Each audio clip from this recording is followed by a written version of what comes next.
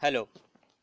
तो थंबनेल देखकर आपको पता चल गया होगा कि आज हम किस किस टॉपिक पे बात करने वाले हैं। तो सबसे पहला जो हमारा टॉपिक है वो चयन और विकास है। आज जो वीडियो बना रहा हूँ वो सारे टॉपिक बेहद ही आईएमपी हैं और बहुत ही सरल है, बेसिक कॉन्सेप्ट से आपको समझ में आ जाएगा। ठीक है। तो चयन और विकास, चयन चयन मतलब छांटना, सेलेक्ट करना। ठीक है। तो चयन दो प्रकार के होंगे। कौन कौन से? पहला जो होगा वो प्राकृतिक कृत्रिम चयन होगा और दूसरा जो हो जाएगा वो प्राकृतिक चयन हो जाएगा। कृत्रिम चयन मतलब जो मनुष्यों के द्वारा जो चयन किया जाएगा वो कृत्रिम चयन कहलाएगा और जो प्रकृति के द्वारा चयन किया जाएगा वो प्राकृतिक चयन कहलाएगा। ठीक। आइए आगे चलते हैं। तो पहले जो कृत्रिम चयन के बारे में जाने।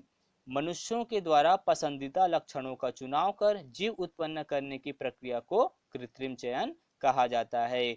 मनुष्य अपने हिसाब से उनका लक्षण या उनका गुण सेलेक्ट करेगा और सेलेक्ट करके एक नए प्रकार का जीव बना लेगा, उसको कृत्रिम चयन कहा जाएगा। जैसे कि एक साधारण गेहूं लिए और एक तरफ एक साधारण गेहूं लिए, दोनों साधारण गेहूं से मतलब सिंपल गेहूं से हम एक नए प्रकार का हाइब्रिड गेहूं बनाए, संकर गेहूं बनाए, तो ये क्या कहलाएगा? कृत्रिम चयन कहलाएगा। देखो आजकल जितने प्रकार के धान, गेहूं, सोयाबीन ये सभी क्या आ रहे हैं? हाइब्रिड किस्म के आ रहे हैं। मतलब वैज्ञानिक लोग क्या कर रहे हैं, ज्यादा से ज्यादा हमको उत्पादन मिले, मतलब हमारी जो उत्पादन है फसलों में वो ज्यादा से ज्यादा हो, इसके लिए उन्होंने संकरण कराया, कृत्रिम चयन कराया ताकि उनका उत्पादन ज्यादा से ज्यादा बढ़ सके। तो ये कृत्रिम चयन का लाभ है।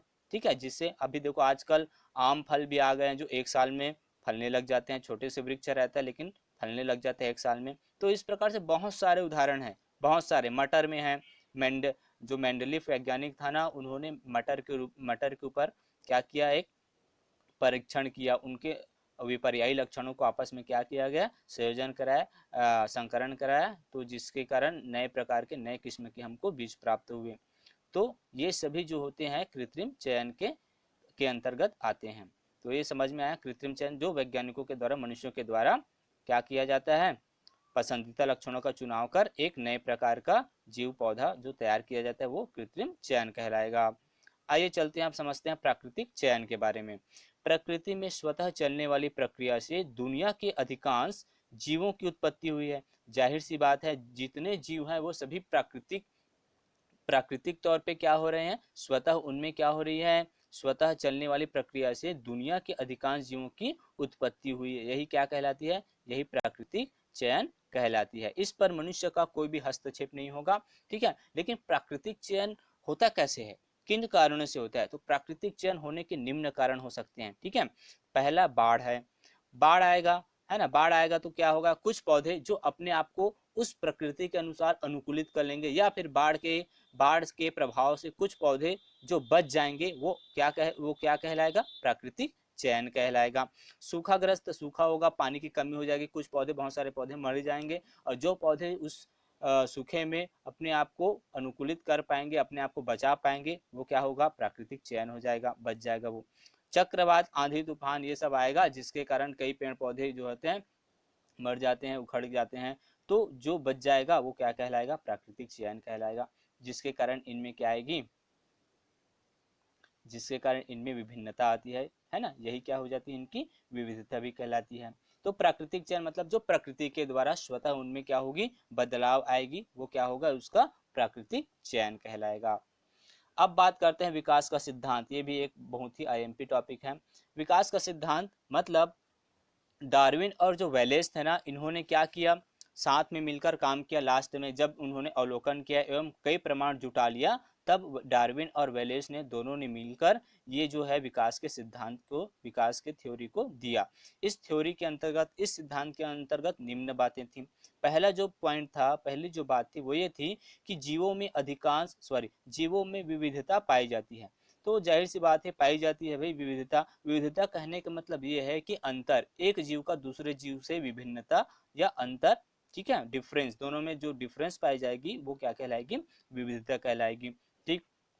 मतलब कुछ जो जीव थे वो कम आयु के थे, कुछ जो जीव थे वो अधिक आयु के थे, है ना, जिनकी जीने की क्षमता कुछ की क्या होती है, ज्यादा होती है, कुछ की कम होती है ना। वही परिवेश में ढल कर जीते हैं जिनकी जो नई प्रजाति में दिखाई देते हैं। देखो देखो, जैसे कि यहाँ पर मैं बात कर रहा हूँ, विकास के सिद्धांत का जो नेक्स्ट बिंदु है वो है विश्व में प्रजातियों की रचना पहले से मौजूद प्रजातियों से हुई है। कहने का मतलब ये है कि एक ही झटके में किसी प्रजाति की उत्पत्ति नहीं हुई, उनकी उत्पत्ति जो हुई वो पहले से मौजूद किसी प्रजाति से उनकी उत्पत्ति हुई है, ये बोलना चाह रहे हैं। ठीक है, उसके बाद नेक्स्ट बिंदु है विविध जीवों की उत्पत्ति, मतलब अलग अलग प्रकार के जीवों की उत्पत्ति जो है एक समान पूर्वज से ही हुई है, ये विकास का सिद्धांत कहता है।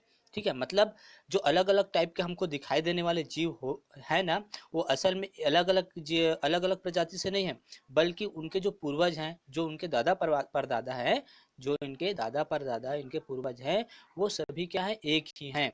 मतलब इनके पूर्वज क्या है, एक ही हैं, जो हमको अलग अलग दिखाई देते हैं, ये विकास का सिद्धांत कहता है। ठीक है, इसका जो नेक्स्ट टॉपिक है इसको मैं लास्ट में अच्छे से बताऊंगा। सारे जितने भी अभी टॉपिक पढ़े उन सबको इस डायग्राम के माध्यम से समझेंगे। ठीक है, आगे जो टॉपिक है वो अनुकूलन है। अनुकूलन को इंग्लिश में बोला जाएगा एडाप्टेशन। अनुकूलन बहुत ही सरल है, जैसे समय के साथ किसी जीव का अपने आवास में ढल जाने की प्रक्रिया को क्या बोलेंगे, हम अनुकूलन कहते हैं। समय के साथ मतलब वो समय के अनुसार अपने आप को उस परिस्थिति में ढाल लेगा, है ना, चाहे वो परिस्थिति कैसा भी हो, उसके अनुसार वो अपने आप को क्या कर लेगा, ढाल लेगा। जैसे कि खान पान, रहन सहन, जिस किसी में भी परिस्थिति में उसको रहना पड़े वो हंसी खुशी रह लेगा। ठीक है, उसको कोई भी प्रॉब्लम नहीं आएगी, वो क्या कहलाएगा, अनुकूलन कहलाएगा। ठीक है, आगे चलते हैं प्रजातिकरण। देखो सबसे पहले हमको ये जानना है कि प्रजाति क्या है। प्रजाति मतलब प्रजाति जो है जीवों का ऐसा समूह जिसमें वो आपस में लैंगिक प्रजनन कर पाए, उसको क्या बोलेंगे, प्रजाति। ठीक है, प्रजाति वही कहलाएगी जिसमें जीवों का वह समूह जो आपस में लैंगिक प्रजनन कर पाए, क्या कहलाएगा, प्रजाति। अब बात करते हैं प्रजातिकरण किसको बोलेंगे। जीवों में विविधता से अलग अलग प्रजातियों के बनने को प्रजातिकरण कहते हैं। मतलब जब जीवों में क्या आएगी, विविधता आएगी, जीवों में क्या आएगी, विविधता। मतलब विविधता कहने का मतलब ये है कि अंतर, डिफरेंस, दो जीवों का आपस में अंतर, आपस में डिफरेंस, ये कहलाती है विविधता या विभिन्नता। तो जीवों में विविधता से अलग अलग प्रजातियों के बनने, अब विविधता आएगी तो अलग अलग प्रजाति बनेगी, जाहिर सी बात है। तो अलग अलग प्रजातियों के बनने को क्या बोलेंगे, प्रजातिकरण कहेंगे। अब प्रजातिकरण हुआ कैसे, तो प्रजातिकरण होने के निम्नलिखित कारण हैं। पहला जो इसका कारण है वो क्या है, प्राकृतिक आपदा। प्राकृतिक आपदा में बाढ़ आ सकता है, सूखा आ सकता है, भूकंप, ये सभी आ सकते हैं, जो है पहला पॉइंट प्राकृतिक आपदा के कारण प्रजातिकरण का होना। दूसरा जो है इसका पॉइंट वो आवास में परिवर्तन, जब एक स्थान से वो दूसरे स्थान में जाएगा, ठीक है, अपने जगह को छोड़कर, जहाँ वो रहता है उसको छोड़कर वो दूसरे स्थान में जाएगा, तब की स्थिति में क्या आएगा, उसकी प्रजातिकरण होगा उसमें। ठीक है, तीसरा जो है खाद्य संसाधन में बदलाव। खाद्य संसाधन मतलब उसके जो खान पान है उसमें अगर बदलाव आता है या कम ज़्यादा होता है खाद्यान्न जहाँ पे वो रहता है ना, उसको पर्याप्त मात्रा भोजन नहीं मिल पाता है, तो उस स्थिति में भी क्या होगा, प्रजातिकरण होगा। ठीक है, तो ये थे प्रजातिकरण के मुख्य बिंदु।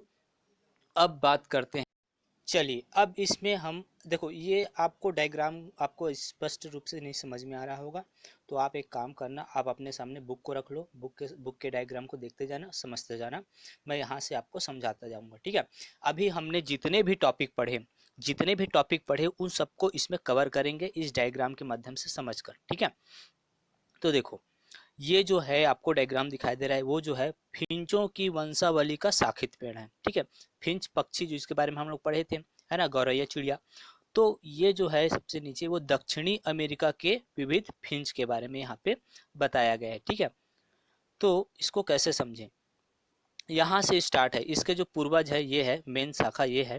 ठीक है, यहाँ से ये पूरा ऐसा बटा हुआ है, ये जो दो भाग में बटा है ना, ये इधर गया और एक भाग इधर गया। ठीक है, तो ये जो है आपका ये क्या है, ये जो है गाना गाने वाली फिंच है। ठीक है, अब भाई गाना गाता है मतलब ये नहीं कि एकदम गाना गाएगा वो, है ना, गाना गाने का मतलब ये है कि वो सुरीली आवाज़ होगी, उसकी सुंदर आवाज़ होगी, जैसा वो बोलता है, जैसा वो अपना क्या करेगा, आवाज़ निकालेगा तो वो अच्छा लगेगा, तो वो गाना गाने वाली उसको बोल दिया। ठीक है, इसका साइड में ये भी गाना गाने वाली, दोनों गाना गाने वाली है, लेकिन डिफरेंस क्या है, ये जो है आपका वो कौन सी कलर की है, हरा फिंच है, और ये जो है वो जो है स्लेटी रंग की है। ठीक है, तो ये दोनों में विविधता है। ठीक है, उसके बाद ये जो है आपका बीच में ये कौन सा है, ये जो है कलियों खाने वाली फिंच है। कौन सी है, कलियां, कली जानते हो आप लोग, है ना, कली खाती है। और इसके बाद फिर इधर की ओर चलते हैं, इसी की शाखा है पूरा, है ना, तो इधर की ओर चलते हैं तो ये सभी क्या है, पेड़ पे रहने वाले हैं। ये जितने भी इसके दिखाई दे रहे हैं ना, ये सभी पेड़ पे रहने वाले हैं। बट पेड़ पे तो रहते हैं लेकिन सभी के सभी मांसाहारी हैं। क्यों, क्योंकि ये सभी क्या खाते हैं, कीड़े खाते हैं। ठीक है, तो इन सब की समानता क्या हो गई कि ये सभी पेड़ पे रहते हैं और कीड़े खाते हैं। लेकिन इनमें डिफरेंस क्या है, डिफरेंस ये है कि ये जो पक्षी है, फिंच पक्षी, वो क्या करती है, छोटे पेड़ पे रहती है। ये जो पक्षी है वो मध्यम पेड़ पे रहती है, और ये जो पक्षी है वो सबसे बड़े पेड़ पे रहती है। ठीक है, तो ये सभी तीनों पेड़ पे रही है। ठीक, और अब बात करते हैं इसकी, तो ये जो है कटफोड़वा फिंच बोलते हैं इसको, हमारे तरफ भी आता है ना कटफोड़वा चिड़िया, जो पेड़ को खोखला करके वहाँ पे रहती है ना, तो ये है कटफोड़वा चिड़िया, ये भी पेड़ पे रहेगी। ये जो है मैंग्रोव फिंच, मैंग्रोव का जंगल जानते हो आप लोग, सुंदरबन पे होता है मैंग्रोव का जंगल, उस पे जो नुकीले नुकीले क्या रहते हैं, निकले रहते हैं पेड़ के तने। ठीक है, तो वहाँ पे रहती है ये मैंग्रोव, दलदली जमीन पे उगता है पेड़ मैंग्रोव। तो ये सभी जो है वृक्ष पे रहते हैं और कीड़े खाते हैं। ठीक है, लेकिन इन सभी का जो अगर देखा जाए पूर्वज कौन है, ये अभी समझेंगे पूरे टॉपिक को इसी में। ठीक है, अभी बता देता हूँ इसी।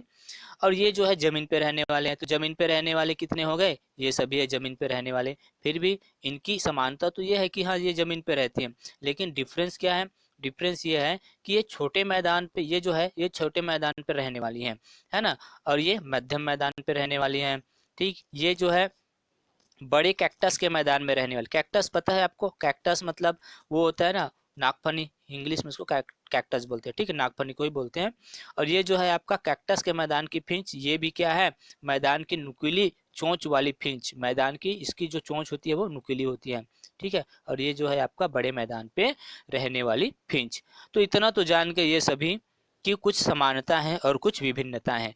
अब देखो विकास की जो सिद्धांत है उसमें इनको कैसे समझे, जो विकास का सिद्धांत है उसमें इसको कैसे समझे। तो विकास का सिद्धांत का जो पहला पॉइंट हमने पढ़ा, क्या पढ़ा था, जीवों में विविधता पाई जाती है, ये पहला पॉइंट पढ़ा था, जीवों में क्या पाई जाती है, विविधता।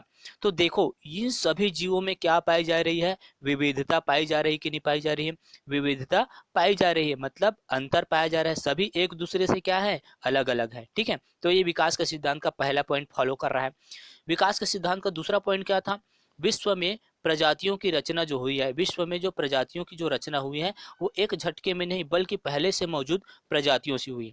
इन सभी की जो रचना हुई है वो एक झटके में हो गई क्या, नहीं, इन सब की जो उत्पत्ति हुई, जो इनकी जो रचना हुई, वो जो हुई पहले से मौजूद, पहले से मौजूद कौन है, ये सबसे नीचे में इनके पूर्वज, तो पहले से मौजूद प्रजातियों से इन सब की उत्पत्ति या रचना हुई है। ये विकास के सिद्धांत का दूसरा पॉइंट बोलता है। तो आपको समझ में आया ना कि ये इन सब में विविधता पाई जाती है और इन सब की जो रचना हुई है वो एक झटके में नहीं बल्कि पूर्वजों से हुई है। ठीक है, पहले से पाई जाने वाली क्या, पहले से पाई जाने वाली प्रजातियों से हुई है। विकास के सिद्धांत का जो तीसरा पॉइंट है वो क्या कहता है, विविध जीवों की उत्पत्ति एक समान पूर्वज से हुई है, विविध जीवों की उत्पत्ति एक समान पूर्वज से हुई है कि नहीं हुई है, हुई है, ये आपको दिखाई दे रहा है। विविध मतलब अलग अलग प्रकार के प्रजाति का एक ही जीवों से उत्पत्ति हुई है, ये विकास का सिद्धांत कहलाता है। इसको इसी कारण तो इसको शाखित पेड़, पेड़ का मतलब क्या होता है, एक पेड़ में एक ही तना होता है, मतलब उसका मेन पार्ट होता है ना पेड़ का, उस पर क्या रहता है, शाखे बहुत सारे ऐसे फैले रहते हैं और ये पेड़ रहता है बीच में। ठीक है, तो ये पेड़ का वृक्ष की भांति विकास के सिद्धांत को शो किया गया है। देखो अब इनमें, अब ये विविधता पाई क्यों गई, हमने प्रजातिकरण भी पढ़ा है, प्रजातिकरण में क्या पढ़ा है हमने, है ना, प्रजातिकरण में हमने क्या पढ़ा है कि जीवों में विविधता से, जीवों में विविधता से अलग अलग प्रजातियों के बनने को, अलग अलग प्रजातियों के बनने को क्या कहते हैं, प्रजातिकरण कहते हैं, ये हमने पढ़ा था। ठीक है, और और क्या पढ़े, अनुकूलन। तो ये जो जीव थे, ये जो जीव थे, पेड़ पे रहने वाले जो जीव थे वो क्या किए, पेड़ पे रहने वाले जीव पेड़ पे रहने के अनुसार अपने आप को अनुकूलित कर लिए। जमीन पे रहने वाले जो जीव थे, मतलब फिंच की बात कर रहे हैं, जो पक्षी थे वो जमीन पे रहने को अपने आप को अनुकूलित कर लिए, अडॉप्ट कर लिए। ठीक है, तो इस प्रकार से इनका अनुकूलन हुआ। इस प्रकार से इनका क्या हुआ, अनुकूलन हुआ। ठीक, और यहाँ पे चयन कौन सा हो रहा है, कृत्रिम चयन हो रहा है कि प्राकृतिक चयन हो रहा है, यहाँ पर प्राकृतिक चयन हुआ है। ठीक है, प्रकृति ने इनको चुना। जैसे प्राकृतिक चयन के थ्रू ये गाने वाली पक्षी बन गई। ठीक है, और प्राकृतिक चयन के द्वारा ही ये लोग क्या बन गए, ये जो है पेड़ पे रहने वाले पक्षी बन गए। ठीक है, तो इस प्रकार से ये जो है ये जमीन पे रहने वाली पक्षी बन गई। तो प्राकृतिक चयन के अनुसार, प्राकृतिक चयन के द्वारा ये अपने आप को उस परिस्थिति में क्या कर लिया गया, अनुकूलित कर लिया गया। समझ में आया? तो इस प्रकार से हमने सभी टॉपिक को इस डायग्राम के माध्यम से लास्ट में समझ लिया अच्छे से। ठीक है, सो आई होप आपको ये टॉपिक, सभी टॉपिक बहुत ही अच्छे से समझ में आया होगा। मैं यहाँ पे लगभग 4 टॉपिक का डिस्कशन किया हूँ। पहला तो चयन, कृत्रिम और, पहले से देख लेते हैं रिवाइज। पहला तो चयन में क्या पढ़े हम लोग, कृत्रिम और प्राकृतिक चयन पढ़े, उसके बाद कृत्रिम चयन पढ़े। ठीक है, उसके बाद प्राकृतिक चयन पढ़े, उसके बाद विकास का सिद्धांत, फिर ये लास्ट में पढ़े, फिर अनुकूलन। तो विकास का सिद्धांत इसमें पूरा समझ कवर कर लिए हम लोग, फिर अनुकूलन, एडाप्टेशन, समय के अनुसार अपने आप को ढाल लेना, फिर क्या पढ़े, प्रजातिकरण। ठीक है, प्रजातिकरण क्या होता है, जीवों में विविधता से अलग अलग प्रजातियों के बनने को क्या बोलते हैं, प्रजातिकरण बोलते हैं। प्रजातिकरण के निम्न कारण है, ये सभी पढ़े हैं ना। तो सो आई होप आपको समझ में आया होगा। तो आप लोग इसको प्लीज़ लाइक करें, सब्सक्राइब करें, अपने दोस्तों के साथ शेयर करें, ताकि अधिक से अधिक बच्चों तक ये वीडियो पहुंच पाए और वो लोग भी इनका लाभ उठा पाएँ। Thanks for watching.